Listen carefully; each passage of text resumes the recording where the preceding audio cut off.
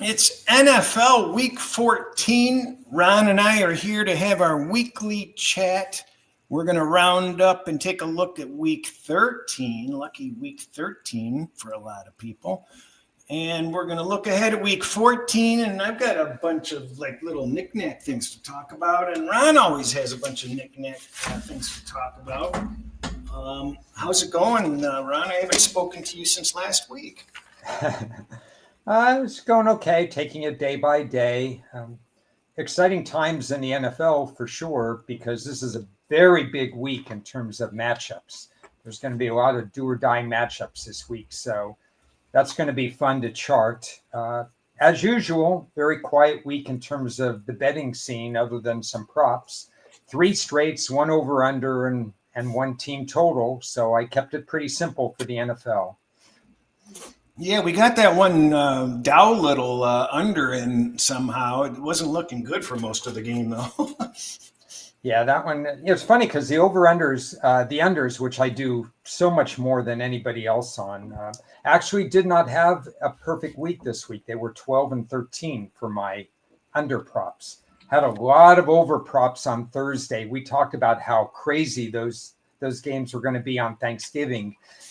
Like I said, the NFL put those teams on for a reason. They want entertainment. They want scoring. And they got a lot of scoring last Thursday. They sure did. I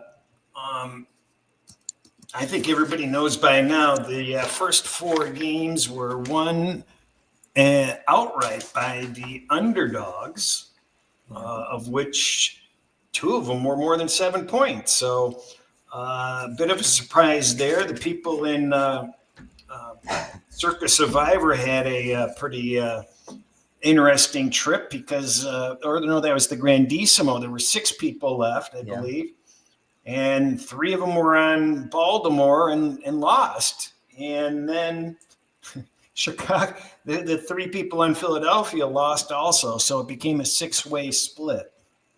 You know, what's interesting is the people who had Baltimore and they lost, they weren't in that bad a situation with all the other 3 having Philadelphia, because for $100,000 to win 1.15 million, if they split it, they could hedge their bet and win a few $100,000 that way. So it turned out the fact that there were so few people and only 1 team left, it was an interesting dynamic.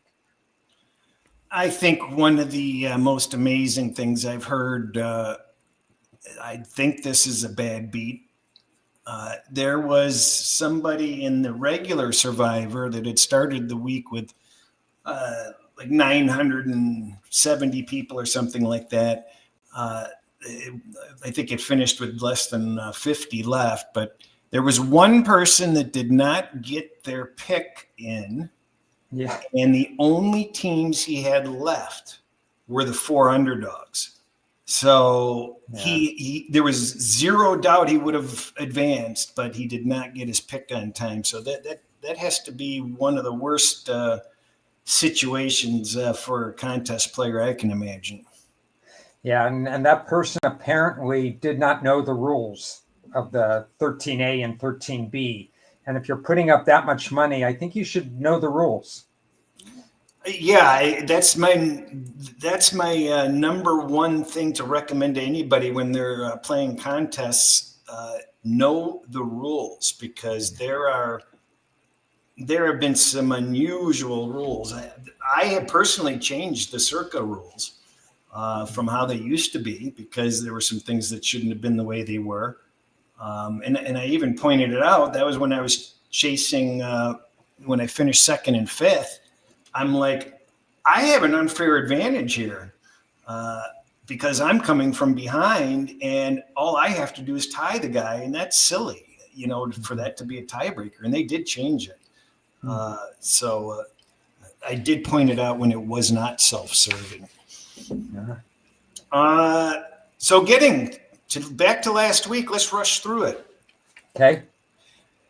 Green Bay, Detroit. Detroit is now win, lose. They're 3-4 out of their last 7 games. The Packers win their 3rd in a row.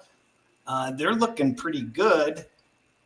Lions disappointing. They are now 0 for 7 on their last 7 fourth down conversion effort. So they lose St. Brown early in the game. We're not sure we're going to see him this week. Packers are getting a little healthier. The Lions are on the outside looking into the playoffs right now. And not only that, they get sand kicked in their face. They announced that Ragnow was coming out of retirement, and that was an unbelievable feeling. It was like you could announce Barry Sanders was coming back. It was that euphoric for Lions fans. And the whole mood shifted up. And then all of a sudden he fails his physical. He says, well, I've got this little tweak. I think it was in his calf or something. But the Lions medical team goes, a little tweak? You got a third-degree tear. I mean, talking about a tough guy. I mean, geez. Yeah. Tough game. We talked about how high scoring it was going to be, and it served its purpose there. I probably would have leaned Detroit if I had to pick a side in the game, but I didn't have anything that warranted me playing the side one way or the other. I just let it play out. And Green Bay, it's funny how teams rise to the occasion against other teams. Green Bay seems to lower itself when it plays some of the weaker teams, but they rose to the occasion when they played a divisional rival. Well, it's crisis zone for D-Town, that's for sure. We'll talk about that more when we get to I think they've got a decent game coming up. Yeah, Kansas City at Dallas. Once again, Kansas City stays within 3, but they lost the game. The Dallas has come on strong. We ridiculed their defense for much of the season. They were last, and their defense has been really stepping up. That trade's worked out. They picked up, players that fit key niches. They get a little healthier, and Cowboys looked pretty darn good. I mean, we wrote them off for dead, and they are far from dead.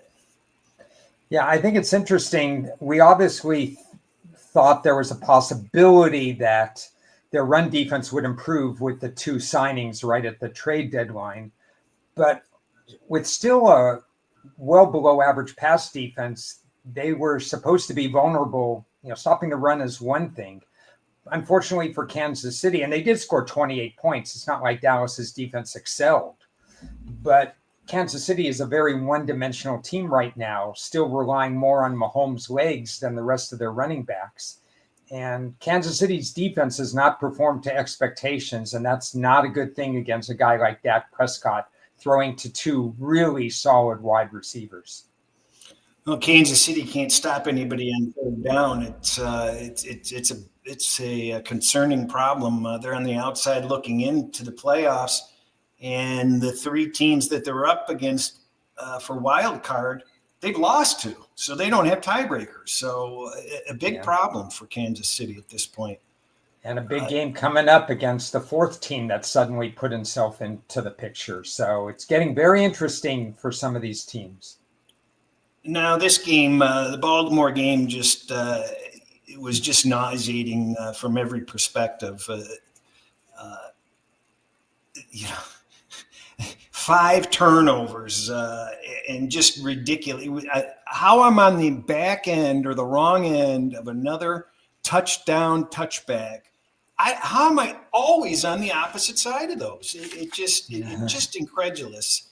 Jackson's obviously still hurt. He can't run the ball. I had some notes here on that. He's got 0 TDs in the last 3 games. He's got 3 interceptions. He's got 2 fumbles. He's got 8 sacks. This team is unraveling, and there was nothing that impressive about Cincinnati. They were 1 for 6 in the red zone. They were outgained by 1.3 or 4 yards per play.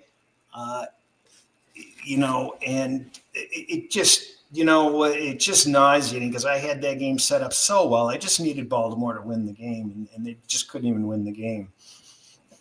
Yeah, it was an interesting game. What to expect out of Joe Burrow, you could see it. He was extremely rusty in the first half, but he got it down a little bit better in the second half. He threw so many passes in the first half. He got the rhythm back a little bit in the second half. The real surprise to me was Baltimore scoring 14 points against Cincinnati. That just didn't compute. So I knew it would be hard to actually set a line on this game because I didn't know what to make of where Cincinnati's power rating would be. So I left the game completely alone, but just surprised that Baltimore didn't do its share of the scoring. Yeah, it's just dumbfounding. They scored so few points. And Cincinnati, they did everything they possibly could to just hand the game over. And it's, I don't know whether it's Harbaugh or whether it was actually kind of sad to see Henry broke free for a decent sized run. But even last season, he would have just been off in the end zone. He was caught.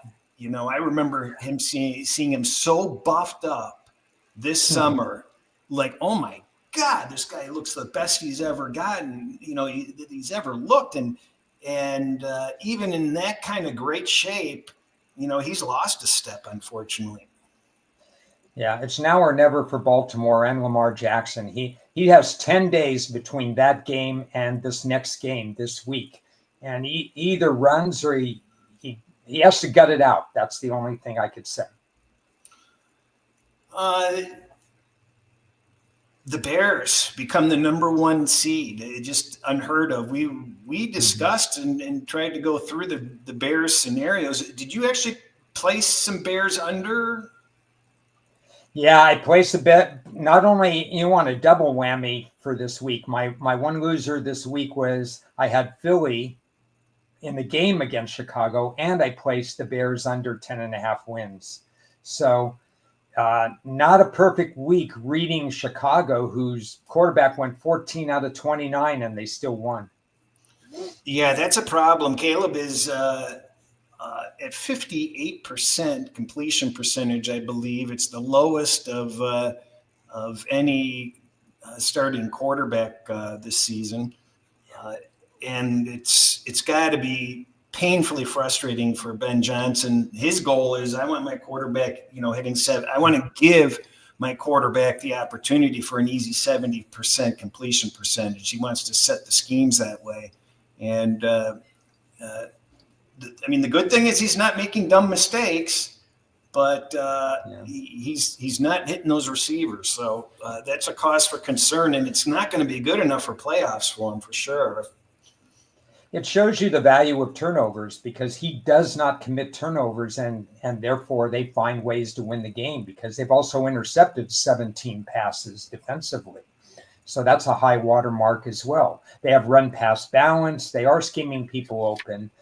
Caleb doesn't throw receivers open in a sense. He needs to see it a little more before he pulls the trigger. So I think Ben Johnson's schemes are good, but Caleb's a little skittish in terms of throwing the ball into these.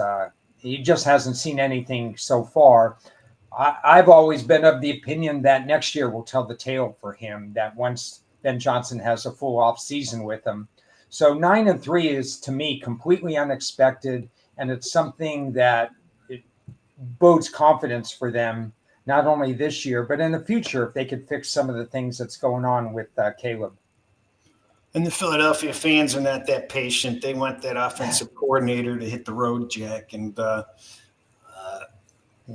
it's their offensive metrics are just abysmal at this point. It's going to be interesting to there's going to be some pressure on them at this point for the division. Let's see, where are they sitting now? 9-3 to 6-5-1. I think they still have a pretty good cushion. They're 8-4. 8-4 to 6-5-1. So they have a 1.5 game lead. Dallas, Philly, they're done with that series, huh? Well, Dallas has the tiebreakers. So there are no tiebreakers because Dallas has a tie. What? Dallas has a tie on their record, so they won't finish with the same exact. No, Green Bay has a tie on their record. Oh, I'm sorry. So what's Dallas's record then? Oh, wait a minute. Do I have screwed up standings here? Who did Green Bay tie? Green Bay tie Dallas? Oh, okay. Yeah, Dallas has the tie with them. Yeah, so they won't finish in a flat-footed tie. Yeah. My Philadelphia season wins is alive again. Under. Yeah. I'm just secretly hoping that somehow we get it done, and because really we should already cashed it. When you think of what happened weeks 1, 2, 3, I was saying, oh well, I know we had the right side, but we're going to lose. Well, now I can say, no, we had the right side, and maybe there's hope. So Houston's becoming a little bit of a thorn in my side because 4 weeks ago we had the little segment on the show. What can we do with Houston? They're underrated. They've got the number 1 defense. I think there's something we can do with them. And we ended up closing out that discussion with, well, I guess there really isn't much we can do. I mean, I did place a token bet on them to win the division at plus 950, but that was for a sandwich. And they control their destiny at this point, and they look pretty darn good. Stroud came back. He looked a little rusty, and that's okay. Indianapolis, I believe, is 1-3 their last 4 games. Daniel Jones is hurt. It's causing them, it's allowing the defenses to play a little different, make it a little harder on them. And it's made not only the division interesting, it's made the playoff race interesting in the AFC. Indianapolis loses a close game. They covered the teasers, thankfully, but I'm disappointed that I'm not benefiting more by Houston's success after, seeing it ahead of time. I'm still worried about their offensive line. I'm still worried about their rush attack. Obviously not worried about their defense. Indy has come back to the pack. Daniel Jones is playing well above expectations early in the year, and now he's come back to the pack a little bit. To me, this was a toss-up game that went Houston's way. Not a surprising result. Arizona outgains Tampa Bay by well over 100 yards. They came back from the dead. They were down 17-3. They were a late ad when they passed the 3 mark, and you could get 3.5. And they're just playing very hard, and they got the cover. And Brissett, another great game. Brissett's had a really, really solid season.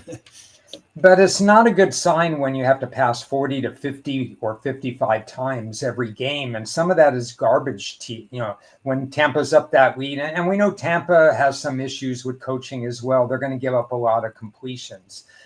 I'd like to see more out of Arizona's run game. And I contend that Arizona, on the stat sheet, you mentioned that they outgained them by 100 yards and they lost. Not surprising that they lost because Arizona finds ways to lose. Yeah, I mean, obviously Brissett is getting a lot of this stuff in comeback mode, so it's not the same sort of stats. But Tampa Bay, where are they sitting now? 7-5. They've got pressure. They were a lock for the division, and very close now. Jacksonville and Tennessee. I have a note for the Jacksonville Indianapolis game. That's the Dr. Jekyll and Mr. Hyde matchup, because these teams are which team is showing up this week matchup. But last week, Jacksonville, got a little bit of public money as the dog, or the Titans gave them a little bit of public money as the dog, and Jacksonville took care of business. Lawrence didn't make any mistakes. They survived despite committing a lot of penalties. That was the only thing Jacksonville did wrong last week. Yeah, their defense is still outperforming my expectations. And at this point, my expectations have been raised because Jacksonville is doing a pretty good job defensively. Lawrence stayed out of the way, and Tennessee is the worst team in football. That's all I have for the game. Yeah, I think Tennessee would, is probably happy to get out on the road this week. Yeah, they were at home 6 straight weeks or 5 straight weeks plus the extra 6 days. It's technically they haven't played a road game in 42 days, and they didn't win a game during that stretch. Amazing. Again, from the Ripley's, believe it or not, the Rams somehow found a way to cough up that game against Carolina. Carolina finds a way to play their best ball when they're at home. But this was entirely unexpected. Obviously, Stafford started the game with his 28th straight touchdown without an interception, and then proceeds to throw a pick six and then another interception. The Rams defense made the Carolina offense look like the 2000 Rams or something. Unbelievable. The Rams had no hope of stopping Carolina at any point. Yeah, it was, I didn't call it a trap game when I posted my Sunday stuff on Twitter X. I called it kind of a distraction game because the Rams weren't looking ahead to the next week, but they weren't necessarily looking directly at Carolina as somebody in their way. But I should just not say anything about Bryce Young. 1 week he shouldn't be in the league, and the next week he should be given a 5-year, $40 million a year contract. It's hard to figure out what's going on with Bryce Young, but Carolina is above 500, which is a real surprising result in my eyes. It's amazing. And now the Rams have put themselves in a divisional pickle. It's just fascinating to see what happens in some of these scenarios where you write teams off or you categorize teams as locked and loaded, and it's just an instant reversal. Yeah, it was fun. The Saints at the Dolphins, I don't have anything to say about this game. The Dolphins almost blew a big lead. That's all I know. Well, it's curious that you say that because I'm looking at this and I'm saying, I hope Cris talks a lot about this game because I have nothing. I didn't see it. I didn't watch it. For anybody who's listening to us live or later, I apologize, but we don't have a lot on New Orleans or Miami. Nope. I'll say this.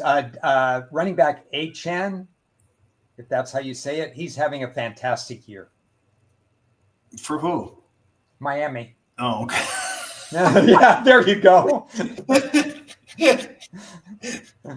Okay. I had the Jets. The Jets were a late ad. That was interesting. Cousins didn't play that poorly. He did okay. The Jets are just playing hard, and I felt okay with that late Jets ad. And Tyrod Taylor's playing okay. The Jets are now 3-2 their last 5 games. Their defense is pretty darn good. They're a decent team. And Atlanta, I believe, is 1-6 their last 7 games. Why was Atlanta even favored on the road? I don't even know. I had the Jets, I had that game pick them. Yeah, I mentioned probably on this show or one of the other shows that if the Jets got to +3, I was playing them. And as it turns out, I probably would have ended up playing them at +2 or more based on what was going on. So I like the Jets. They almost coughed it up at the end. It looked like they were playing, looked like they were the certain winner for a long time. And then they got in their own way. I think the coaching staff is still learning on the job for the Jets. The one thing I can say is Atlanta's coaching staff has never learned on the job. They keep getting in their own way. I mean, look at this team. They're not that far from being a contender in the division, but they've shot themselves in the foot so many times. You can't make Atlanta -3 on the road. No, I thought that was ridiculous. No, if you just scoreboard watched, the San Francisco game seemed to be relatively in hand most of the time, but realistically, they didn't do squat. I think they were at less than 3.5 yards per play. The only time they scored were the times when Cleveland coughed up the ball in their own zone. Cleveland did all right. That was a misleading score as far as I'm concerned. Well, Cleveland situationally was in a good spot. San Francisco off Monday Night Football, Cleveland at home off a win, off feeling good about Shedeur Sanders and stuff like that. But there's no way to pull the trigger with a quarterback like that, with a team that just doesn't score enough points. I worried about how he would look in real action, what San Francisco would do to him or bring to him. So I couldn't pull the trigger on Cleveland. My biggest prop play was in this game, though. It was McCaffrey under rushing yards. And I know he carried the ball 35 million times, but he still didn't get close enough to the number. There was no way he was going to run. I mean, McCaffrey is averaging roughly around 3.5 or so yards per carry. I'd have to look it up, but it's clearly under 4. And he's going against one of the best run defenses. It's just not working for San Francisco running the ball this year. And that, to me, was the big thing, that San Francisco would have been better off passing the ball than handing it to McCaffrey. Yes, they would have. And then as Omer points out, I guess the Saints got an onside kick and ended the game trying to win it at the end on the 30. So, yeah, it's amazing, huh? Amazing. The Vikings and the Seahawks, not much to say here. Bomer throws 4 picks, and there was just a beatdown. Did you follow my advice last week when I said, it's not my niche here, but on the show I said, if he's starting, bet Minnesota's team total under? No, did not. Should have. Yeah, they didn't look good. You're going into Seattle. I don't know if Seattle has an underrated defense, but they have a really good defense. And you got Justin Jefferson with catching passes for 4 yards or 6 yards or whatever it is. Yeah, I think he had 2 catches for 4 yards. Yeah, and the running game, we know that one of the running backs is banged up and they didn't use the ball to run much. And then you got a completely raw quarterback going against Seattle's pass rush. I really didn't know what to expect from Sam Darnold in this revenge game situation. Would he overdo it? Would he underdo it? Actually, what he turned out to do is he played really, really cautious in this game. So I'm kind of glad I wasn't really involved in the game itself. Just the only thing I thought with some conviction is that Minnesota would have a very tough time scoring. I guess that's one comment I should have made is Darnold has been, he was far and away the number 1 rated quarterback for much of the season, and he's not had a recent run of quality starts. So I would think that if there's one thing of concern for Seattle, it's certainly with him at this point again. Yeah, Flores, of course, knows Darnold from last year, and they blitzed him repeatedly. They had at least 4 sacks in that particular game. I think Darnold and the team did the right thing by saying, okay, don't lose us the game. You don't have to win us the game. Just don't lose us this game because we're going to take care of Minnesota's offense. Buffalo and the Steelers. There's another misleading final. Yeah, I didn't really pay that much attention to it. I was looking at the score and just kind of assumed it was a Buffalo beatdown, but the calls for Tomlin to hit the road have reached a higher octave level, and apparently Pittsburgh just handed them the game. Buffalo just kept running the same play over and over and over again, and Pittsburgh couldn't do anything about it. TJ Watt, or whichever Watt it is, mentioned it after the game. It's like, we had no answer. They would just run the same play over and over again, and we couldn't do anything. So it wasn't some great Josh Allen effort. It was a Pittsburgh just not seemed prepared to come to play. I love Pittsburgh's situation, so I had Buffalo in this game. Figured you might have them too because you've been down on Pittsburgh, most of the year, and this was a spot to go against Pittsburgh, so it worked out. I like you. I just kind of looked at the score and said I knew the score was 7-0, and then I was gone traveling for the day. So I said, "Oh, this could be problematic," but it turns out it wasn't a problem, and maybe it wasn't as simple as maybe Buffalo still has some flaws, but they matched up pretty good against Pittsburgh. Yeah, so you just can't hop back on the Buffalo bandwagon just because of the score of that game. There was more. It's more of what we've been talking about the whole season about Pittsburgh being critically overrated and metrically impotent, and it showed this game. I think it would be one of the weirdest things that if this season ended with Tomlin having his first losing record as a coach, with Aaron Rodgers at quarterback for the team, would be an interesting statement, a good ending to Rodgers' career. Well, they even floated the Tomlin to Penn State thing today. So he has no interest in college, but he's a great recruiter.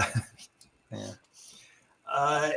Chargers took care of business, and it wasn't without a cost. Herbert broke his non-throwing hand. I have not seen. I assume he's playing this week. I have not noticed an update, but they've got their offensive line issues, but they get their running back this week, don't they? They might. Yeah, that would help. Dan Feltz had broken nose and other serious injuries. Phillip Rivers played with a lacerated spleen in a game. Herbert has played with all kinds of injuries. If you're drafted by the LA/San Diego Chargers, you're just durable. You just make it through. Every one of these quarterbacks, it's amazing. My takeaway from this game is you don't really want to go against a fundamentally sound Chargers team that has 2 weeks to prep for Las Vegas. So I couldn't do anything in this game. I thought the Chargers would most likely take care of business. But boy, it's not just injuries. Every team has injuries, but they have more key injuries than any team other than probably San Francisco. Oh, the Broncos. They're the scariest, best team in the division for sure. Jesus. They have the second most amount of wins, and I mean, how much confidence do you have in them? They're just an odd team that to me, when you watch them, they get it done sometimes, but boy, they're really mediocre at other times. It's such an odd mix of how they play. Yeah, it's not an easy watch if you're on Denver for a game or whatever you have bet on them. You got to hold your breath a little bit. In this particular game, there were times that Denver was covering the spread, including in overtime, and they didn't finish the job. I mean, thank goodness I was on the sidelines in this game, because I wouldn't have. Either way, you would have been on pins and needles. Am I covering or am I not covering? It was that kind of game. So. Well, I would have. I was in good shape on it. I had both sides. But here's the thing you have to remember in this situation. In overtime, in my opinion, there was a 0% chance that Washington would not go for two if they scored the matching touchdown. So the in-game odds really didn't reflect that well, because they had Washington at like plus 590. And I'm like, plus 590? If Denver can't stop them. And if they score, they're going for two. It's not going to be a tie game. I'll take 6-1 on that. And even though it lost, that was some of the best money I've spent lately. I'll take that anytime. Yeah, that's unbelievable. They can't place that at 590. That's wrong. If you're the second team, unless it's blizzardy weather or there's 7 seconds left in the overtime period or whatever, you're the second team and first team scores a touchdown, you have to go for two. Well, I think you really pretty much have to consider that's going to be the case in, I would say, more than half of the overtimes, if not like the vast majority of them, because you only have enough time for that third possession. So if you're not going to get the ball back, you can't sit there and just lay down and kick the PAT or whatever to match. Or I mean, you pretty much are kind of forced into going for two because you're not going to get the ball back. One thing that came up after the game was should you take the ball first or take the ball second? And we've talked about it. We said that it really depends on a lot of factors. But in this case, Washington had, I think it was a 17 or 18 play drive to tie the game. And then they decided to kick the ball to Denver. I think I would have taken the ball with Washington gone first because Denver's defense was on the field for that long. Do you think, well, maybe their offense was exhausted though? Well, I don't know. It depends on, how much they ran back and forth and around and through. Mariota, maybe a little bit, but I think you take it right to them at the start. Yeah, no, it's a good point, but it also depends on, if your players aren't up for it also. Yeah, well, it was almost midnight when the game ended, or was midnight when the game ended, where they were playing the game in Washington. And I think Denver's defense was gassed.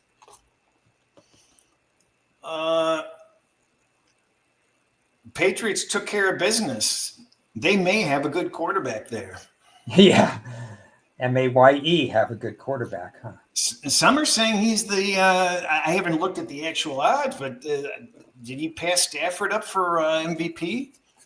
They're calling it a 2-horse race right now. I haven't gotten into that because I usually don't get into MVP races and stuff. But certainly he's in the mix. But again, I would argue Stafford would be my pick.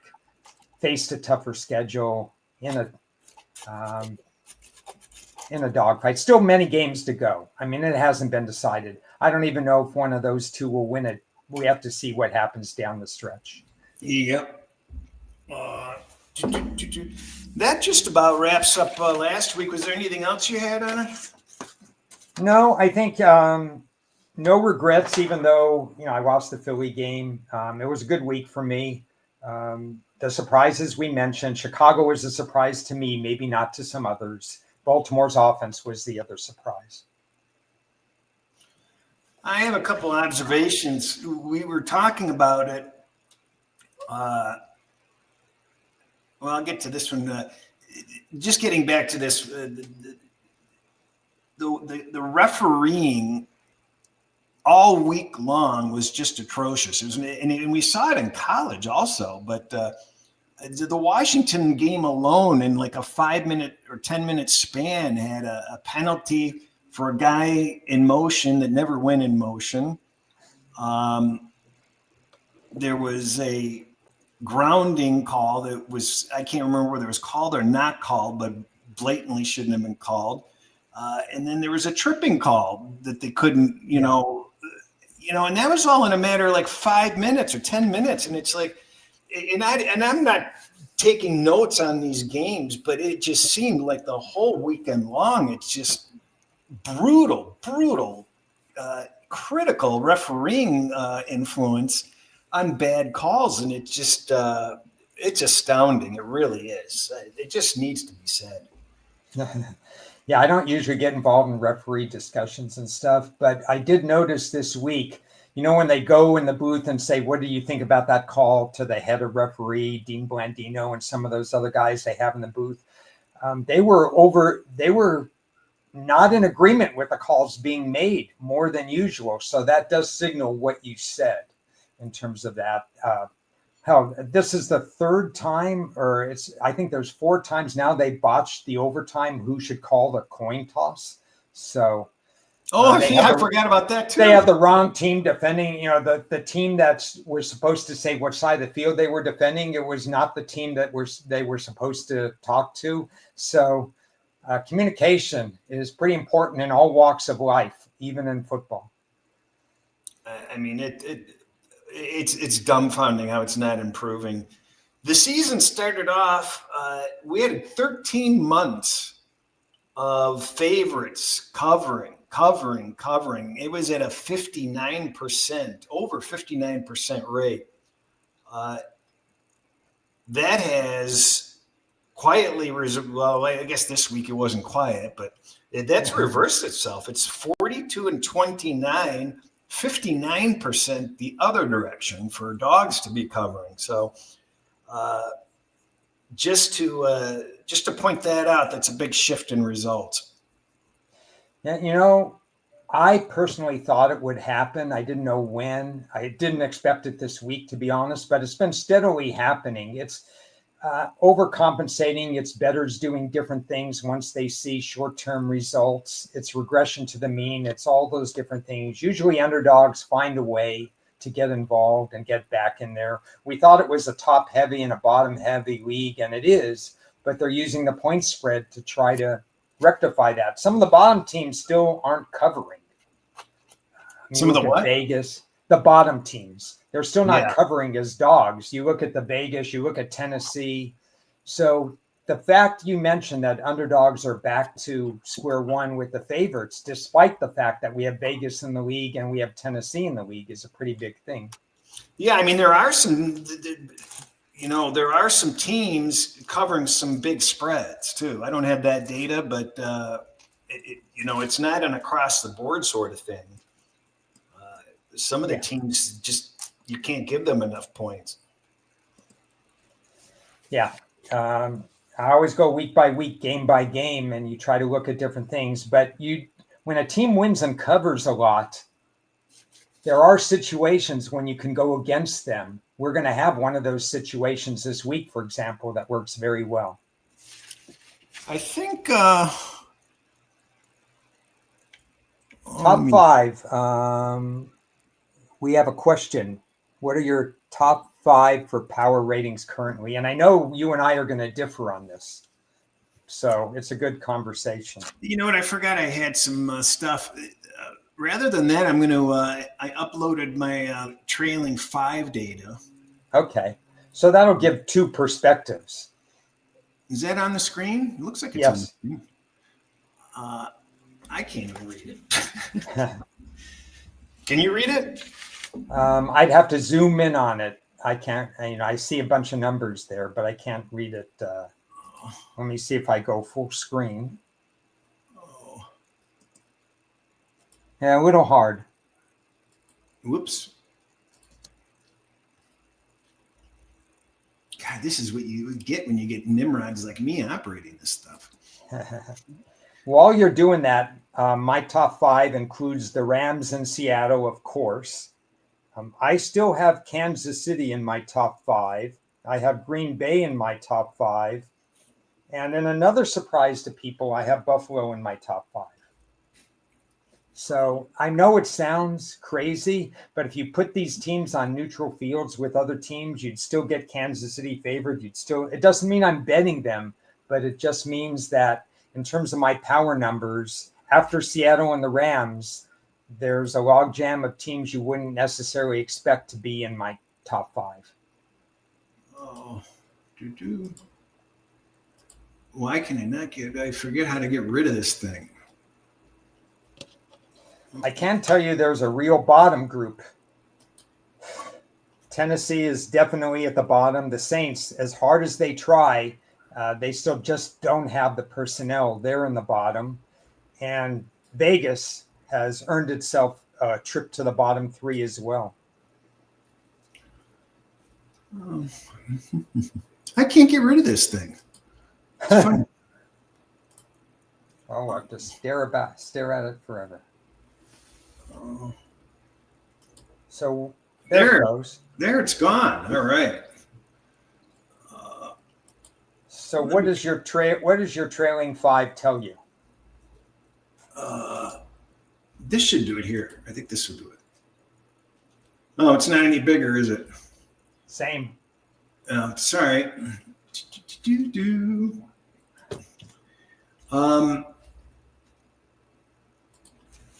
Let me look at this. Yeah. So for the trailing 5 weeks, we had San Francisco at the top somehow, Dallas, Jacksonville. Buffalo contradicts what I said about don't get too excited. And Tennessee somehow is up there. New England. Kansas City dead last. Minnesota, no surprise. The Chargers, Tampa and Philadelphia down there. Yeah, smoke and mirrors with Philadelphia. Yeah, I'm not surprised with Tampa and Philadelphia being down a little. Let's see what else I had here. Oh, this was interesting.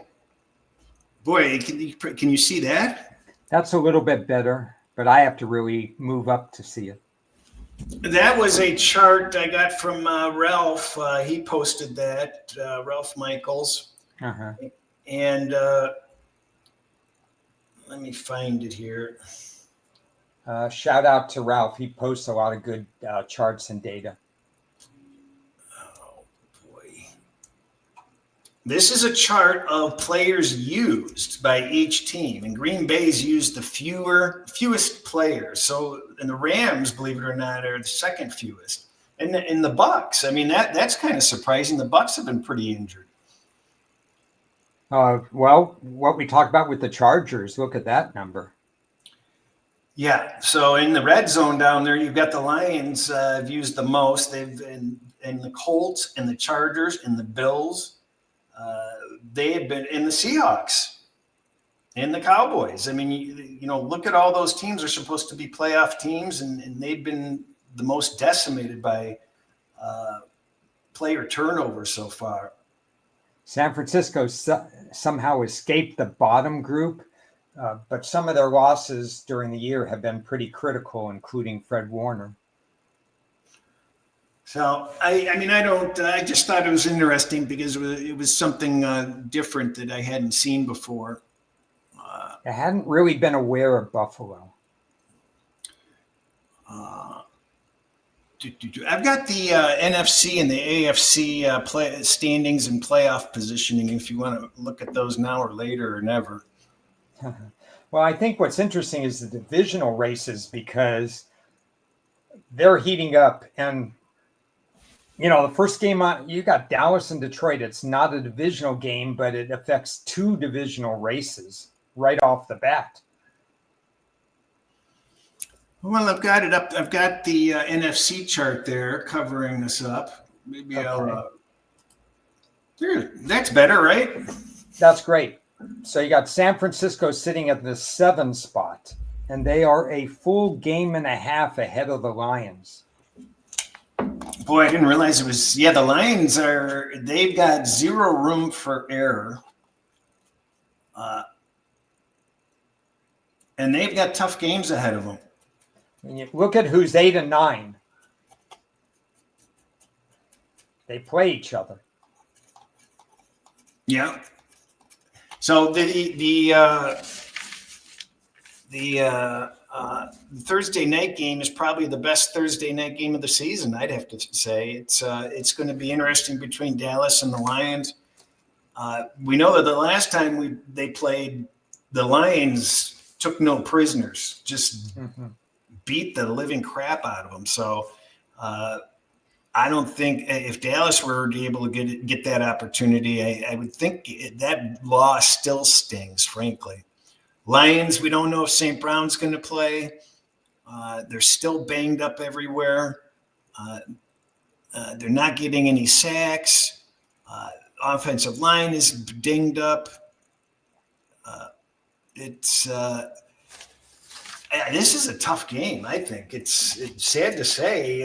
The spirit of Detroit is not what you want it to be at this point.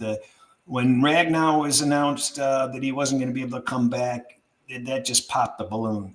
You know, combine that with the loss, and then you're watching Ben Johnson sitting there in the number 1 hole. It's just not. It's just not a fun time for the Lions all of a sudden. I think it's disappointing to the Lions that they won't likely have 100% St. Brown in the lineup and probably won't have him at all because it's a short week game. Because this is the kind of team that you want to have him in. This is the kind of game that he would go 8 for 95 against, because Dallas, to me, still is in a situation where they're going to allow a lot of passes to be completed.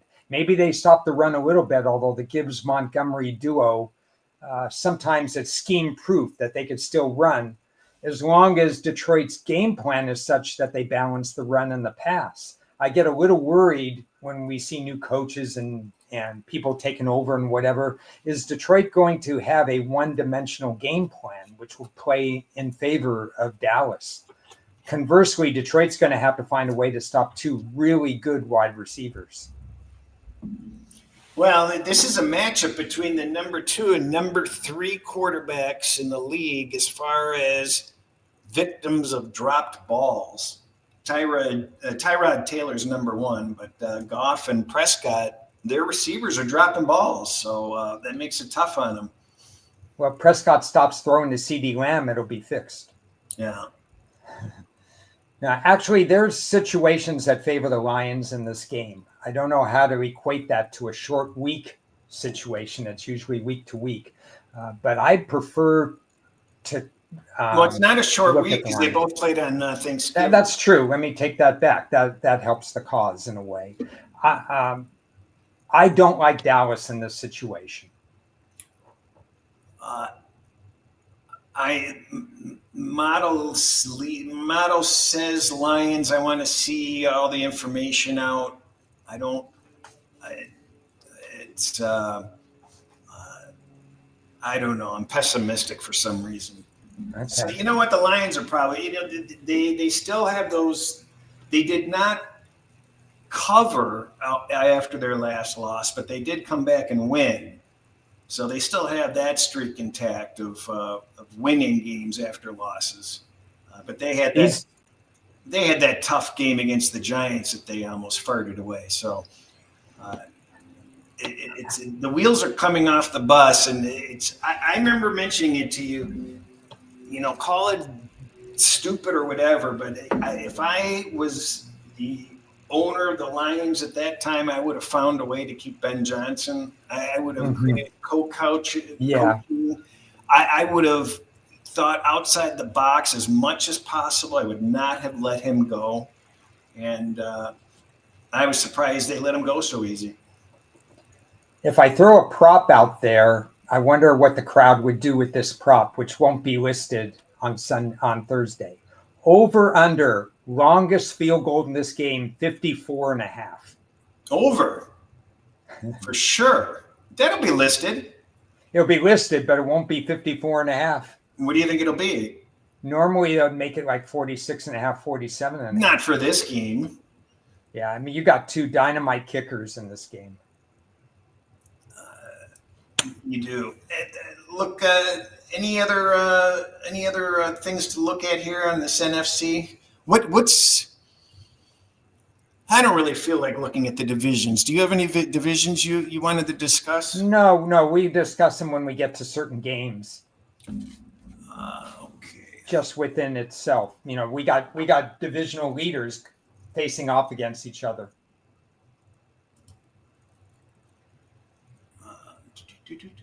So we would be on Minnesota and Washington.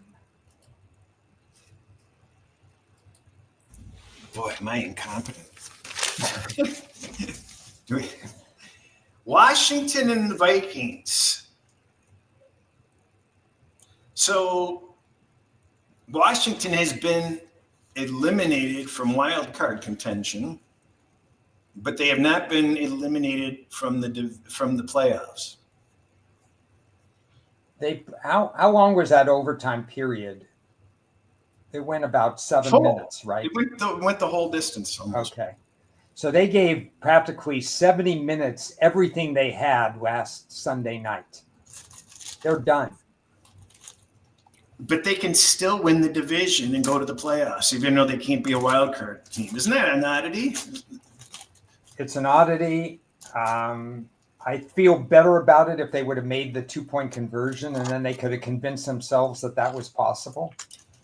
You know what? I'll tell you, I would have made a fortune if they had made the 2-point conversion, but I was rooting for them to miss it so clients would have a better day. So it's always a dilemma. So I guess we're going to get McCarthy back, right? Yeah. Tell me why. Maybe you completely disagree with me on this. Hey, you know what? It's hard to set a power rating. Let me just add, it's not just that overtime loss. They're off back-to-back overtime losses. Yeah. Tell me why Washington was the favorite on Sunday and on Monday. Oh, you mean in the advance line? Yeah. No, I mean I'm talking Monday. Even Monday, Washington was 1.5 and 2-point favorites. I had them favored. Okay. I had Minnesota favored. Well, your numbers are wrong. Washington's not favored anymore, and I took the +2. But, well, yeah, I mean, the look-ahead line was right as far as I'm concerned. According to my numbers, with J.J. McCarthy in the lineup, Minnesota should have been 2.5-point favorites. That's before matchup analysis. That's before the exertion Washington had on Sunday night. That's before all this other stuff that some people factor in, some people don't factor in. I could have made a case based on situational factors and the way Washington lost on Sunday night that 2.5, mini -2.5 would be the lowest mini should be, as long as not that I'm a fan of J.J. McCarthy. I mean, I'm not at all. But you saw what happened without him. Well, have they announced Daniels is definitely out? No, and if Daniels is in, then I'm in trouble. And if JJ doesn't start, then I'm in trouble. But I can't believe that Washington was the favorite at the time. Well, I need to update these. The Detroit injury report just came out. Kirby Joseph is out. Khalif Raymond is out. Brock Wright out. Zylstra's out. And then you've got questionables with Awasaka, Branch, Taylor Decker, Glasgow, Panay Sewell, Amon St. Brown, and Vaki. It's not looking good. Let's take a poll of our listeners. Who wins the game, Washington or Minnesota? Who wins the game? Yeah.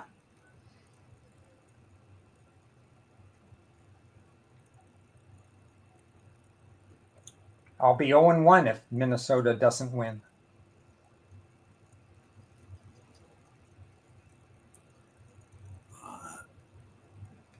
That's it.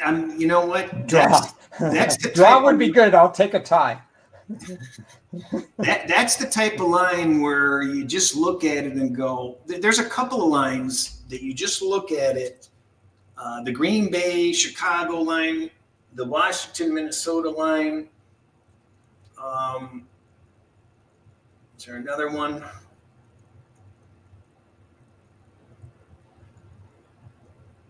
The Kansas City, Houston line and the Philadelphia Chargers line. Those lines, in my opinion, are just goofy. Yeah. Well, we'll see. I mean, you guys know who I like. Yeah, I'm not in a position to back Minnesota somehow. It smells bad. There's something that stinks. That line you would think would be an automatic 3. The fact that it isn't says something that I guess is it just Daniels defensive? I don't know. I think it'll trend in Minnie's favor once everybody's announced in or out. Well, yeah, it slid up already a little bit this morning. Yeah. Miami and the Jets. I find this line interesting. Miami and the Jets. Yeah, I would have not made Miami this high. I have no idea why Miami is 3. Yeah, well, I can point to a number of reasons why the Jets would be a play at +3, similar to I mean, I last can't. week. You should be able to argue the case for both teams. I can't argue the case for Miami being a 3-point favorite. What have they done? Have they won 3 in a row or 2 in a row? Who, Miami? Yeah. I don't know. Yeah, they have 3. I wrote it down. They have 3. During that time, they have 5 defensive sacks and have allowed 7. So that's nothing spectacular. They allowed 72% completion in their 3 wins. That's exactly where they are for the whole season. They've actually not looked necessarily any better during their 3 wins. I just don't get it. I really don't. The Jets we talked about it. They're 3-2, and they have not quit. They've got a better quarterback in the lineup than they had most of the year. I think their health is okay too. Yeah, they turn the ball over too much. They're -12. Tyrod There's a great point by Omer is you take Miami up to the cold weather. You know how Miami performs in cold weather. Well, Miami historically is a favorite against the Jets. Terrible. So, I mean, there are a lot of we've started by talking about, we're talking about actual data, but if you factor in the situational data too, it points to the Jets. +3 is a lot of points in this series. Where would you put this line? I put it 1. Miami 1? Miami 1. Tennessee and Cleveland. This has to be the lowest bet game of the week. Who the hell would rush out to bet Cleveland -3.5 or 4? And who the hell would rush out to bet Tennessee? I was hoping you were going to tell me that the game's already been played and I don't have to worry about it. That's the type of game where you want to wake up and you're like, oh, I didn't realize that was a London. No, yeah. Dang, I missed it. Yeah, put this one on at 6:30 in the morning West Coast time. Oh, there was a Saturday night game? I didn't know that. Yeah. I will say I'm surprised the line is only 3.5. I just think Tennessee's that bad a team, but I'm not going to run out and play it. So Watson is in practice mode. He may make the club this season. Any thoughts on that? Well, I think Cleveland, if you bet the over-under 5.5 quarterbacks for Cleveland, you're still in play. Every year. Same thing every year. Now, I have nothing else to add on this game. I don't even want to touch this game. What the hell do you expect out of this Pittsburgh-Baltimore game? Typical blue collar, typical. The only difference last year compared to other years is something you said earlier in the show. Derrick Henry ran wild against Pittsburgh last year, if I remember. And he doesn't usually run, Pittsburgh usually contains teams that way. If Derrick Henry is going to make the difference again, then Baltimore is going to do fine. Otherwise, I always look at this game and say they're going to split during the year, and it's going to be a lot of 3-point games. So I personally would never look at the favorite in this game. Can we agree that Harbaugh should be fired if Henry doesn't have 25-plus carries? Yeah, well, on the other hand, we should agree that he shouldn't be fired if he's going to coach that way so that we can take advantage of it next year. I mean, we know what the game plan is supposed to be. We knew what it was supposed to be in the playoffs when they didn't do it. I mean, if Baltimore goes true to form, we should bet all the passing overs for Baltimore, right?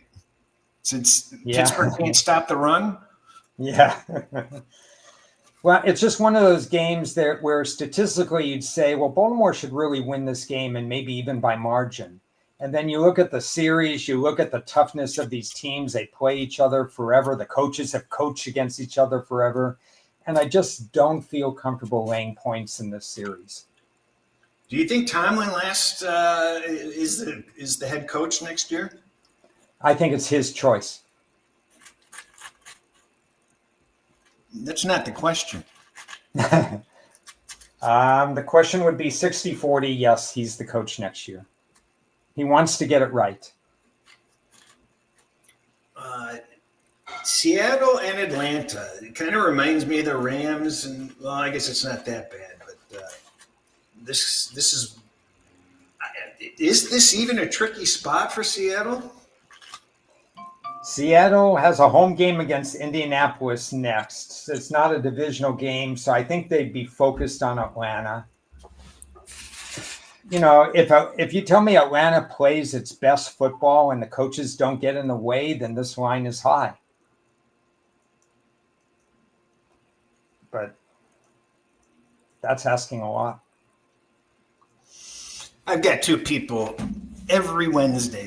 They text me as if they've never been aware that I'm on the same time every week. It's like, I would lean Atlanta in this game, but I would not trust Atlanta. No, you can't.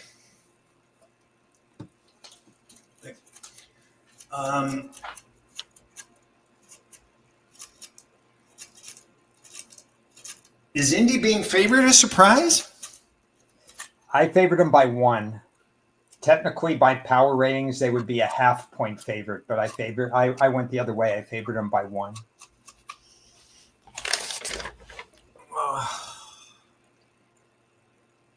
You know, I looked at both defenses. I commented earlier that I like the Jacksonville defense. And even without Sauce Gardner, it's too bad because they were actually playing a little bit better defensively with Sauce Gardner in. I still have Indianapolis defense slightly better than Jacksonville's defense. There is one note I have here. I didn't write the ref's name down, but 69% home team cover rate. Or win rate. I mean, that's ridiculous. This is the first of 2 in the series, so they haven't played each other yet.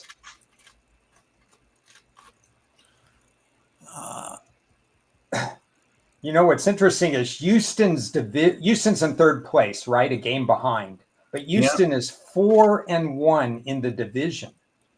So Houston controls it. Yeah. What are the odds on this division now? Yeah, that would be interesting.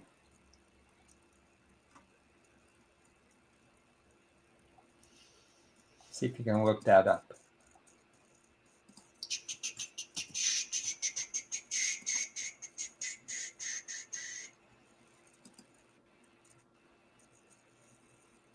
Well, we've got that situation you always frown against, and that's when you have 3 teams involved.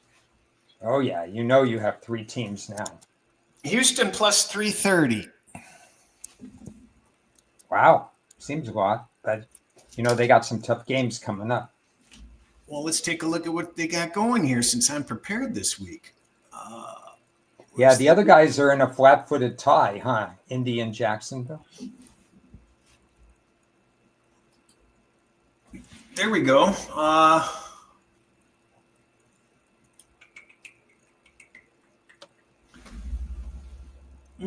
Yeah, Indy's schedule is sneaky tough. There are no easy games left for them.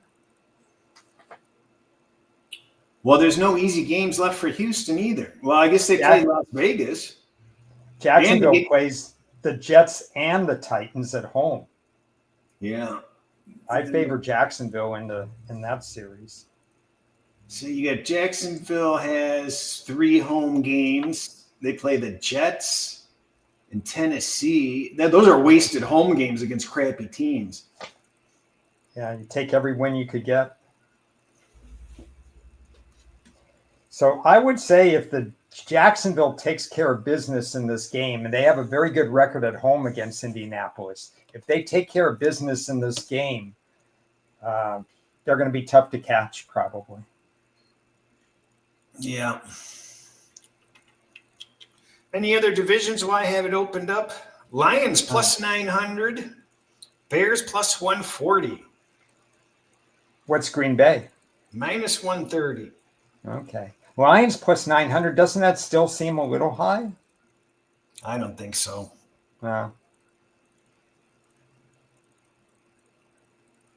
What's Denver? Minus 700. Wow. Okay. Chargers are just too banged up, I guess. Seahawks plus 185. Interesting. But the Rams have the clear tiebreaker, right? Yep. So far, they have to play again. Do they play again? I thought they played twice, and Rams won both.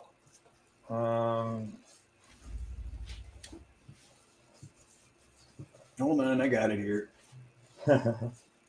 Oh, no, they do still play the Rams. Okay, never mind. Oh, I was thinking about San Francisco. Okay. Yeah, that's a 3-horse race, too. So what are your closing thoughts on Indy and Jacksonville? Is this one of those teas both ways? Are you interested in that kind of thing? With Daniel Jones being as limited as he is and not being able to run, it's allowing the defenses to really, change the way that they're playing. And Taylor hasn't, been doing the damage he was doing earlier. Yeah, so it's kind of a contrary opinion here.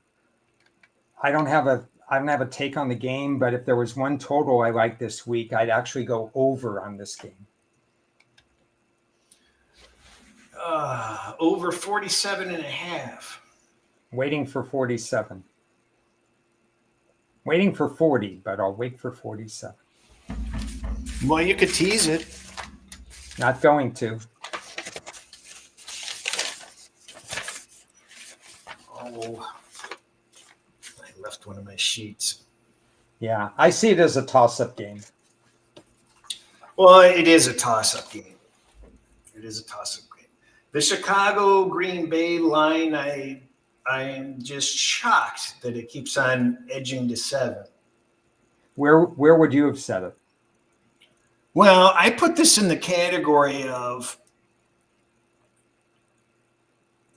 like, I think I said it last week, when you just look at a game and you would, like, if you're just an average sort of bettor, or you're not using metrics or something like that, or you're using manual power ratings, you're looking at this line and going, what? Mm-hmm. I mean, Chicago's won how many games in a row? And, Green Bay's improving, but they're not all that. This is a divisional rivalry. I would have figured this line should have been 3.5. But I say that from the perspective of some, if you make manual power ratings, or you're just doing it on feel, that's what I would come up with. But my metrics support the line. Surprisingly enough. We had this discussion over Thanksgiving because we had a Chicago Bear fan and a Green Bay Packer fan who's going to be going to the game in Green Bay, frigid Green Bay this week. So dress warmly. And we were talking about 3.5, 4 casually like that. And I said, well, I have to look at my numbers and stuff like that. My numbers are 5.5 for this game. I mean, it just seems like a big number, and it looks pretty solid. It looks like it's going to, I just cannot believe it's bouncing off of a week 7. If Chicago had a 0 turnover ratio every single game, they wouldn't be getting 5.5 points of value in this game. I mean, they're averaging plus 1.5 turnovers a game. It's just an amazing stat and an amazing feat by this team. Can that Green Bay defense muck up Caleb even more somehow? I mean, this Green Bay defense has been pretty strong these last few games. Yeah, I don't expect Caleb to have a dynamite throwing game. It's typically, I've heard prognosticators say that there are 2 or 3 plays that define a game, every game. A long pass gets tipped, gets intercepted, or gets caught, the 50-50 ball or something like that. Caleb's going to probably have to hit maybe 2 long gainers in the pass game to get this team over the hump, is not against the spread, but as far as winning this game. Now, can he do that against Green Bay? Maybe so. He has good weapons. It's just, what will his accuracy be on the deep throws? That's what we're asking. I want no part of this game, I believe, from a betting standpoint. Well, I know that you're all in on this next New Orleans Tampa Bay game. Yeah, I love this game. I got nothing to say about it. I don't care. I think the way Tampa plays, it's hard to lay that many points. Baker Mayfield's he has only 5 interceptions this year. I didn't expect that. I don't know how many people would have expected that. And I look at turnover data and stuff like that. Saints have done well covering at Tampa. The only side I would look at it would be the Saints. YZ Live guy repeats what I have not repeated this week, and that is, you don't step in front of the steaming bus or trains either. Yeah, we've mentioned that for 2 or 3 years. So who is the steaming bus this week? Is it the Bears? Are the Bears? Yeah. Okay. Well, I'm not stepping in front of them. I'm not even stepping on the same track.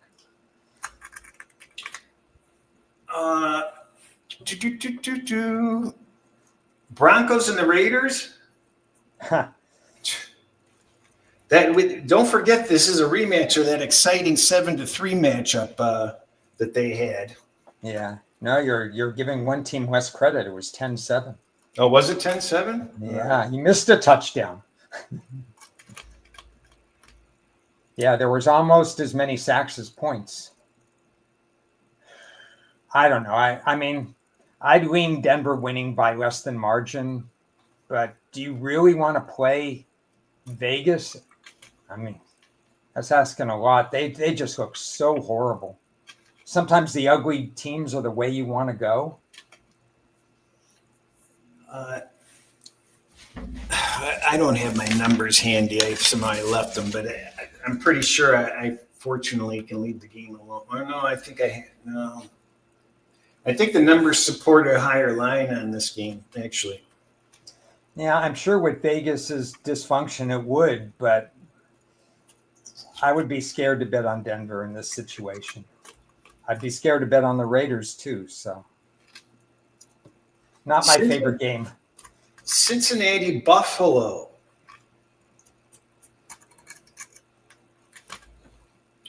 This line surprises me.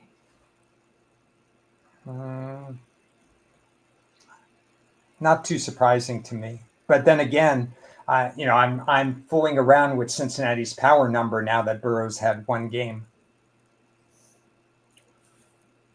Again, I just reference, what the hell did Cincinnati do right last year? They were literally, they just stood there and watched the game get gift wrapped for them for 4 quarters. But not that it means anything, but do you remember the last time Cincinnati played at Buffalo? I don't. There goes that perfect memory. 27-10 Cincinnati in a playoff game. What, 4 years ago, 3 years ago? Yeah, I think it might have been 23 even. Might have been 2 years ago, 2 or 3 years ago. Then Cincinnati lost a close call to Kansas City.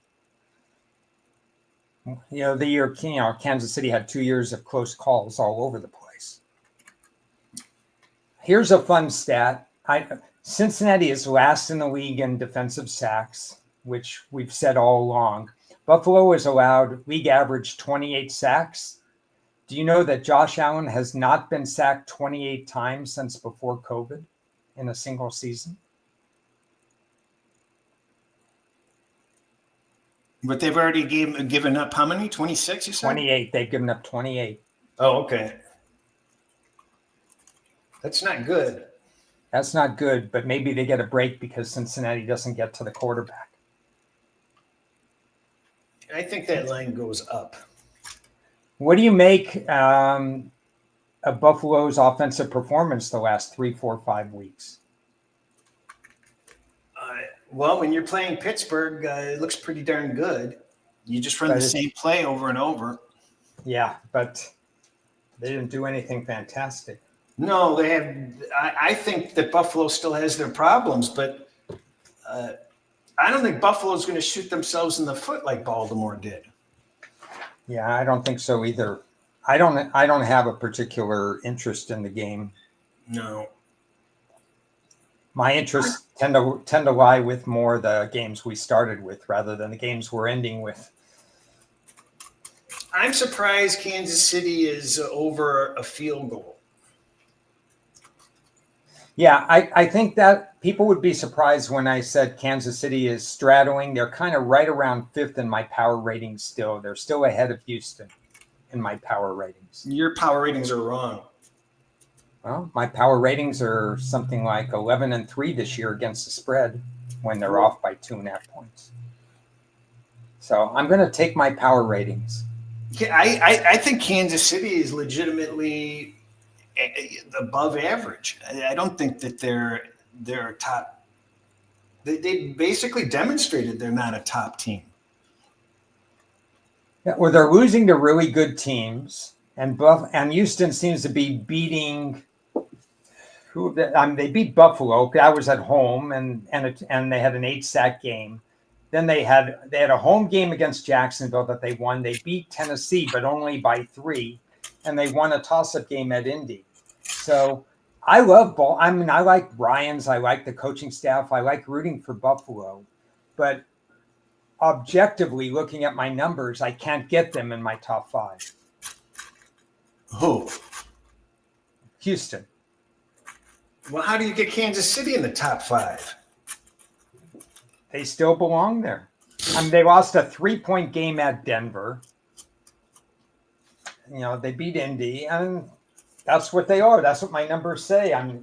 The only subjective part about my power ratings is how I start the season with them.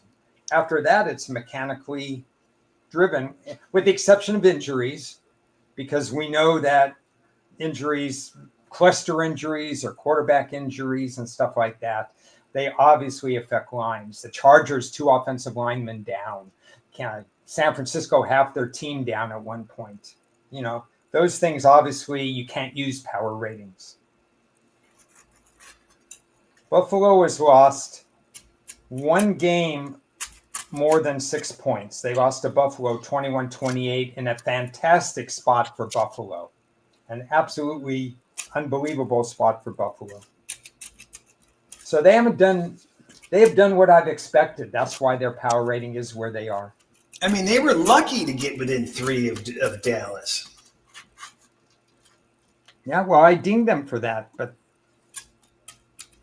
that's the way they lost value after that game. That's just the way what my power ratings say. I mean, also there's a matchup thing. What do you make of the fact that Houston really hasn't played well against Kansas City for the last few years? Yeah, I'm thinking back on that playoff game where they got screwed. Houston got screwed in that game, didn't they? Yeah, so they had some. I don't know if they would have won, but I'm sure they would have covered. I think they lost by about 9. I don't remember exactly what went on there, but they did have the wrong end of the referee stuff there. Kansas City had 2 weeks to prep, and Kansas City still wasn't looking all that magical. Yeah. I don't know. I kind of lean KC, but I'm not crazy about the game. Do you make anything of Andy Reid's flippant comments this week on, how the rest of the season maps out for him? No, because that's what a coach should say. They shouldn't say, "Gee, I hope we go 3-2 or 4-1." They should say, "No, we expect to go 5-0."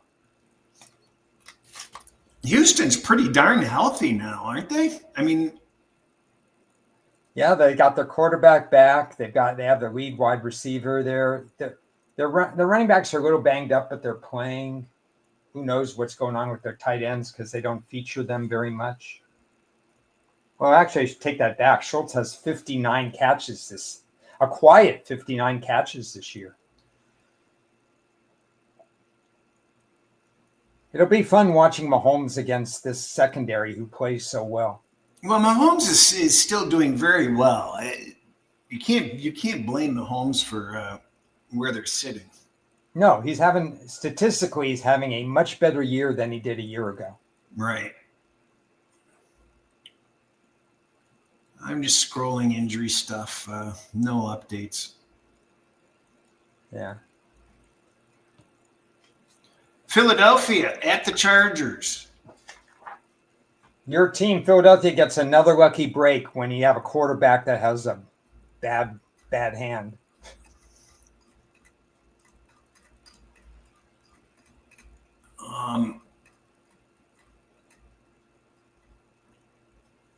The total might be high, huh? I did not set a line for that game. I did not set a line or a total for that game. But it is a primetime standalone game, so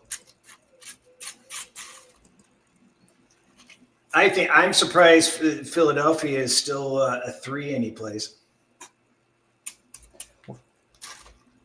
What are they? 2.5, 3? Oh no,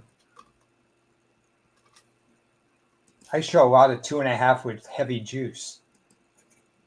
Yeah, but it's 3. It's 3 minus 15 at DraftKings.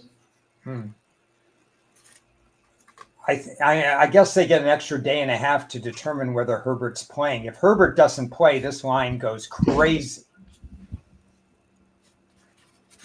Who do they have for backup? I forget.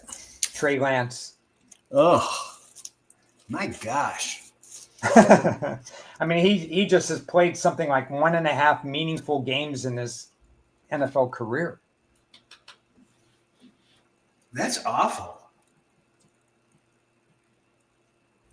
Yeah, if he plays, one thing Trey Lance is not going to do is stretch the field.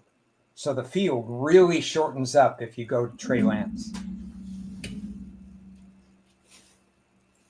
Act accordingly. Yeah, that's ugly. That's really ugly. Yeah, you act accordingly in the prop market if you get Trey Lance in.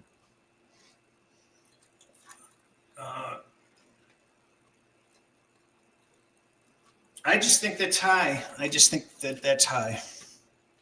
What do you make spread?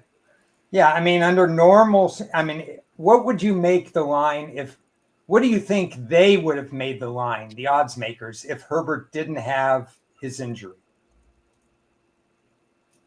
1 pick? Yeah, exactly. 1 or pick them.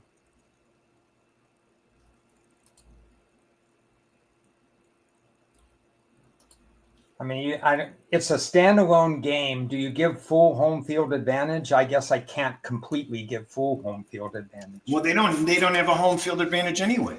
Yeah. Normally I give 2 points for Monday Night Football home games. I would not give 2 points here. I'll bet you there'll be a fair amount of Philly fans there. Oh, yeah. There's no question about that. I would think if Herbert plays, the game plan is such that they're not going to want him to get hit.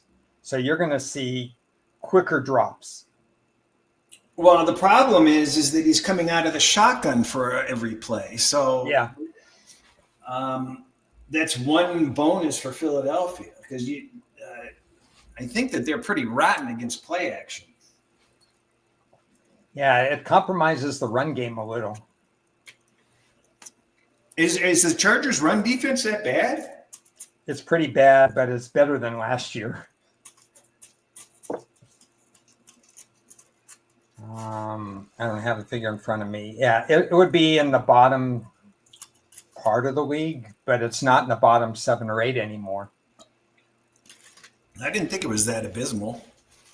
Well, they played the Raiders last week. That helped their stats.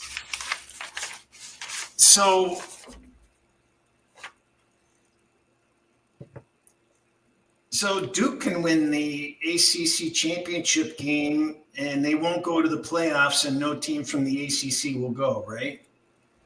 Unless the committee gets subjective and says, no, we need a power team in. We don't want James Madison in. Yeah, if Duke wins, there's no way in the world that an 8-5 Duke should make the playoffs. How important is the Big Ten championship in reality, because they're both going to the playoff? Not very important. One will get a 1 seed and one will probably get a 3 or 4 seed. So they'll both probably get a bye. I think given the coaching style of Kurt Signetti, he'll treat it like a revenge game. They lost to Ohio State last year, and the committee subjectively may say, if Ohio State wins by a lot, Indiana, we may have to bump them down a little bit more. Should they do that? Probably not. But Ohio State, geez, they've allowed 73 points in 12 games. 93 points in 12 games, I think. I don't know. Not much more than 7 a game.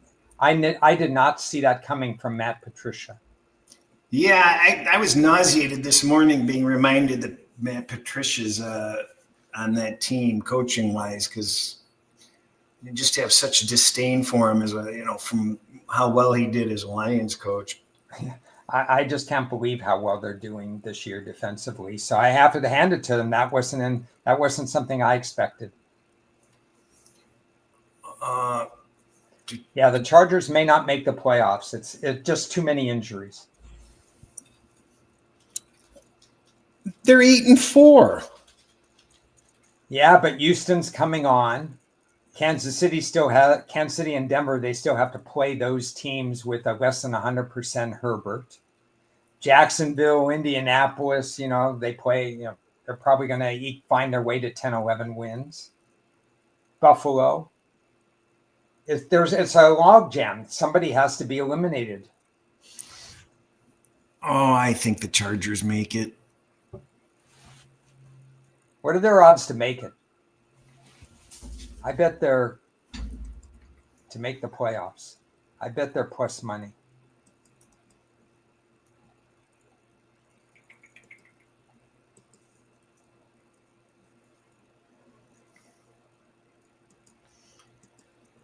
Oh, let's see. Wow.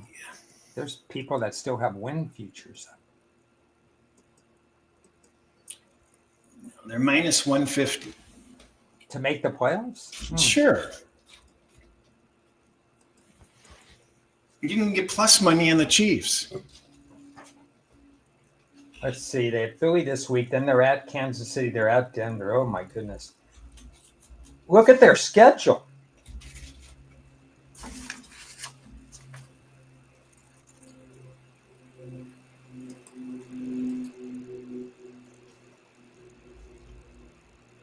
They play all winning teams except for Kansas City at Kansas City. Oh, and 3 road games. Yeah, that's tough. You're right. Wow. I mean, and if you believe they win this week, I mean, if you think that they don't win this week, then that's just found money. Because they have to win this week. They have to win this week, absolutely. So if you like,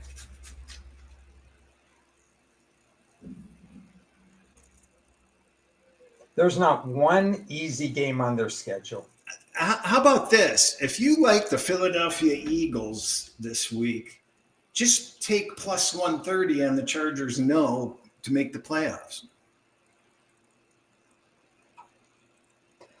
If they go 2-3 and they win 10 games, can they miss the playoffs?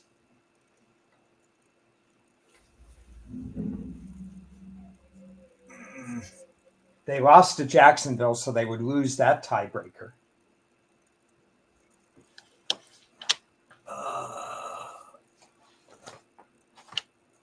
Well, we're conceding Buffalo's in, right?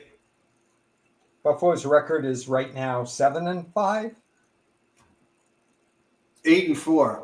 or It's 8-4. a Yeah, nice then team. I can see Buffalo over the Chargers.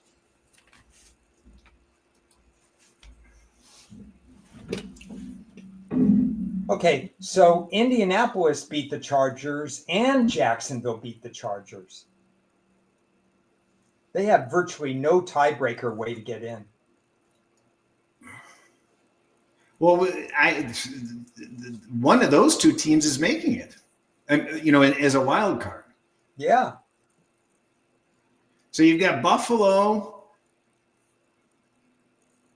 They could take 2 out of that division. Isn't that amazing? Yeah, I know. That's hilarious.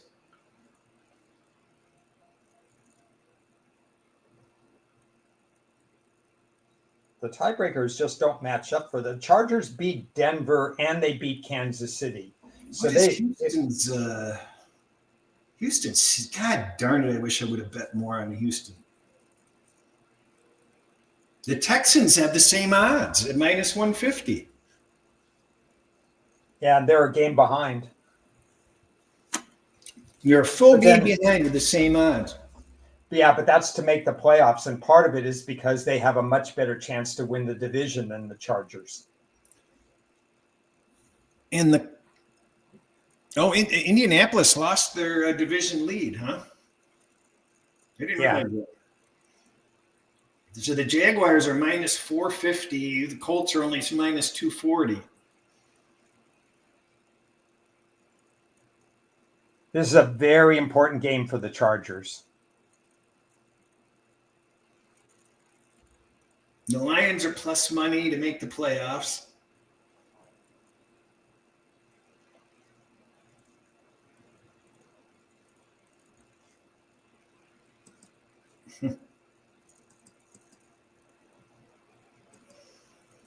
You know what? It looks like Houston's going to get in there.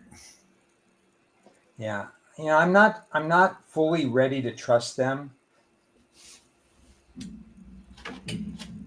That game against the Chargers will be important for them. Yeah, that's going to be an important game.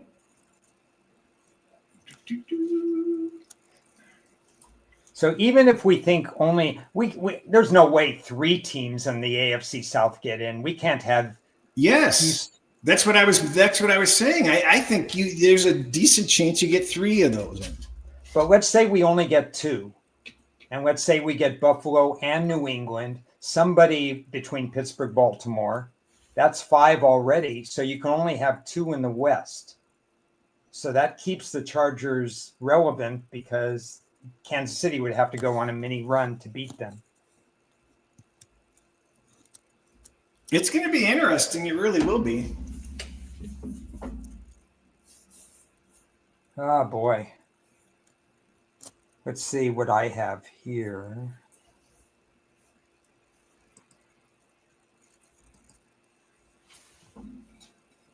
Chargers. Yeah, it's amazing. I mean, fundamentally, I think the Chargers belong in the playoffs, but just so many injuries. I think coaching's going to get them in. I think Harbaugh is going to coach them into the playoffs. Buffalo Bills to make the playoffs -2,000. That seems pretty strong. Yeah. Let me see what the no is. You can get +875 on the no. I think there's actually value in that, even though I think it's a loser. Yeah, I think you're saying then that 1 out of 9 times they would miss the playoffs, and it's probably that they would miss it more than 1 out of 9 times. They have games at New England, at Cleveland, home to Philly. They have 2. They're going to get to 10 if they beat Cincy and the Jets. So they need 1 more to get to 11. It's probably a losing figure, but 875 is interesting. They could slip up at Cleveland. Yes. Philadelphia could wake up. Yeah. The Jets would love nothing more than to ruin their season. And at New England, I kind of have earmarked for a revenge victory for Buffalo, but they've already lost once to them. Yeah, most likely Buffalo finds a way to get 3 wins, maybe 4. I think there's value in it. I think they will make the playoffs, but 9-1 is pretty hard to pass up. That is a pretty stunning number. I did not expect to click on it and see that.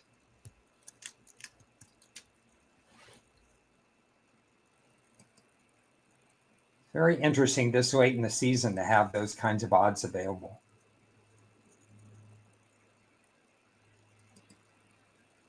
Is there any way that the Ravens don't make the playoffs? Jesus. What's their number? You can get plus 165 on the no. Oh, I see a place at plus 185.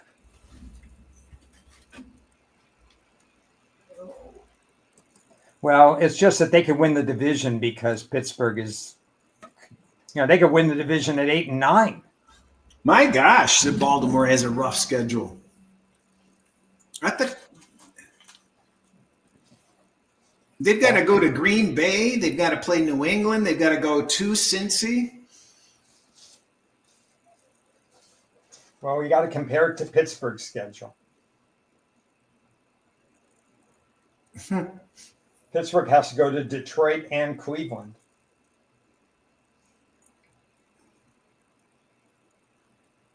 Cleveland are not automatic wins. That's all I got to say. I've been saying it, and it's yeah. Well, we'll see what Sanders at quarterback is doing, or Deshaun Watson. Oh God.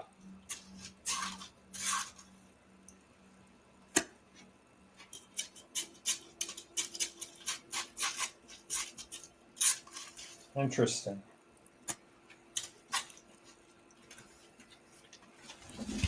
That's a tight call. What am I missing on this Tulane game?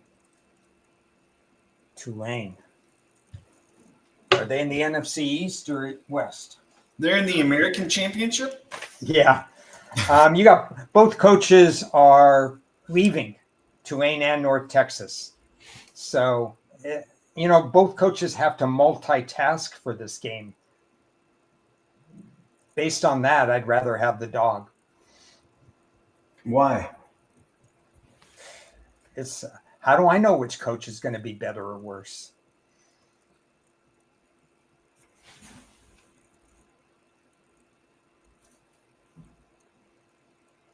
The dog is Tulane.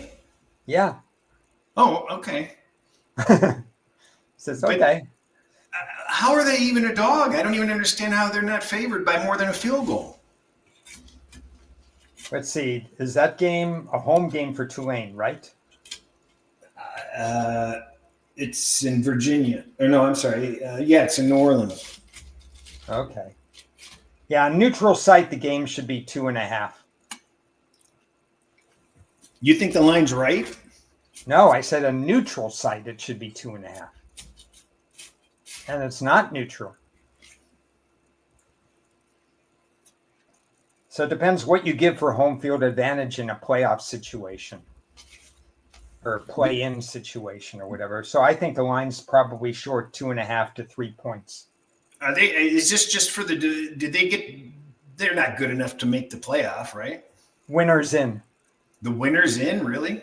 Yep. And they're complaining. Wow. Even though James Madison has a higher power rating and is a better team. So one of those two teams is going to make it, and 2 out of Notre Dame, Miami, and Texas won't? Texas won't. How can Texas not be in there? They have some bad losses. They had some huge wins. They had the toughest schedule, didn't they? Texas won't be in it. I don't think Miami should be in it, by the way, either, because they played in the ACC. You have 2 losses in the ACC. Did Georgia and Alabama has to win to get in or stay in? Do they? I think Alabama's probably in unless BYU pulls an upset. I don't think BYU can do that. Yeah. So I think Alabama's in if Texas Tech wins.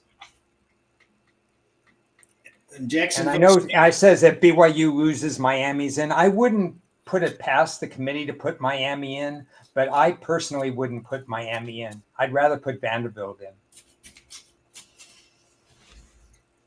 And I don't like the SEC in general, but I'd rather put Vanderbilt in.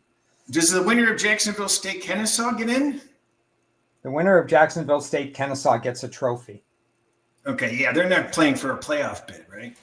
Conference USA is the worst conference I have ever seen in the history of my handicapping. I mean, it's not even close. The Conference USA winner would be 20-point underdogs to James Madison. Well, okay. But you like Troy. You like Troy? I like Troy. I like Troy in this game. Why? Just that's a lot of points. Jesus.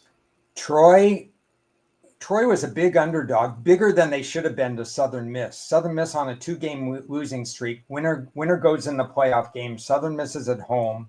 They're favored by 6.5, and Troy beats them by 10. I think Troy's being undervalued. And now, according to my power numbers, the number is correct. I just think it'll play out a little differently. So I'm not surprised at a 23-point spread. I just think, wow, you're underestimating what Troy has done this year. Well, and James Madison just needs to win. Yeah. Well, if Duke wins, some are going to argue that if James Madison won by 6, they shouldn't be in or something like that. I mean, you're going to have politics in that room of humans trying to decide who plays who. So does UNLV stand a chance on Smurf turf? Well, neither team plays defense against the run, so first team to 300 rushing yards probably. Boise gets their quarterback back. That's probably the difference. But, UNLV, a little smoke and mirrors most of the year.